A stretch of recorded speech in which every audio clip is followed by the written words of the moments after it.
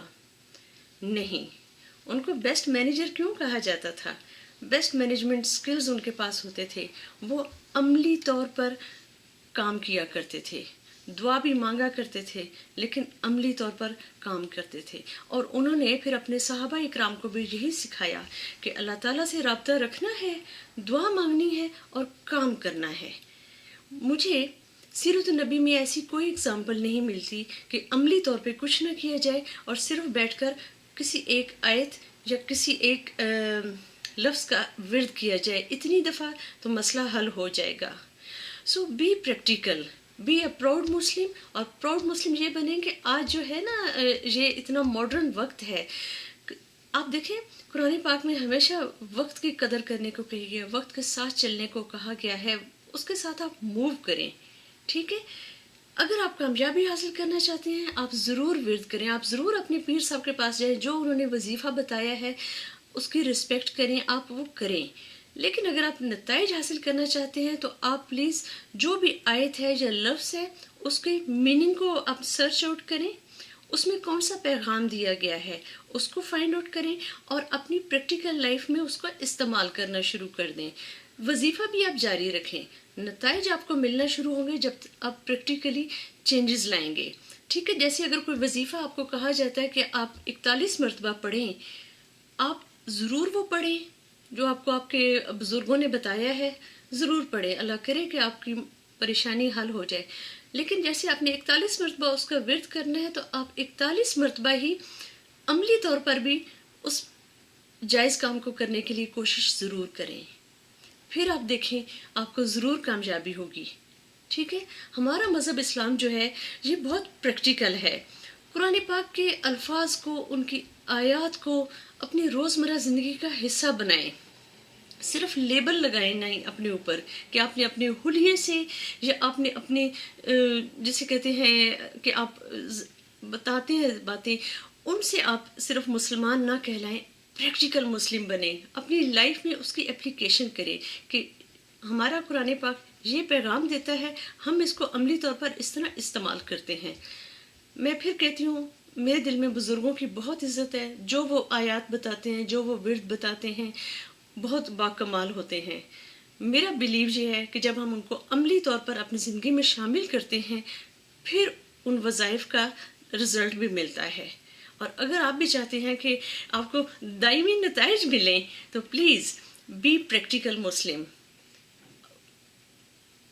دوبارہ وہی والی بات کہوں گی، جیسے آپ 41 یا 101 مرتبہ کوئی وظیفہ کرتے ہیں تو اپنے ذہن میں آپ یہی بنا لیں کہ میں نے اتنی دفعہ ہی اس کو پریکٹیکلی اپنی لائف میں بھی شامل کرنا ہے جو پیغام دیا جا رہا ہے.